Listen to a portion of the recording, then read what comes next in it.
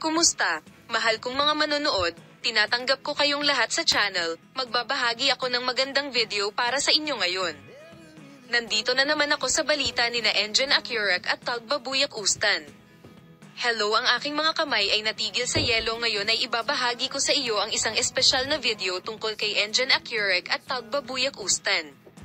Kahit natapos na ang serye ng mag-asawa, patuloy pa rin silang nagkikita ng mahabang panahon. Ang dahilan ng mga pagpupulong ay talagang mahal at pinahahalagahan nila ang isa't isa sa shooting ng serye. Hindi nila sila iniwan hanggang ngayon. Sinabi ni Engin Akyurek na napaka-espesyal niya sa kanya at isa siyang napakahalagang kaibigan. Matapos maging ama si Engin Akyurek, marami siyang nagbago at naging isang napakakagiliw-giliw na tao. Si Engin Akyurek, na ngayon ay sumusuporta sa lahat at lubos na pinahahalagahan ang kanyang mga tagahanga, ay tumatakbo upang tumulong kapag kailangan siya ng isang tagahanga dahil ang kanyang pakiramdam ng pagiging ama ay nagdala sa kanya ng napakahalagang mga bagay.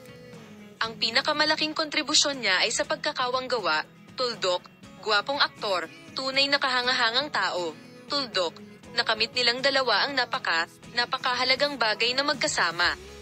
Ang pinaka-nakakagulat na narating nila ay ang seryeng ginawa nilang magkasama ay nanalo ng mga kamanghamanghang parangal.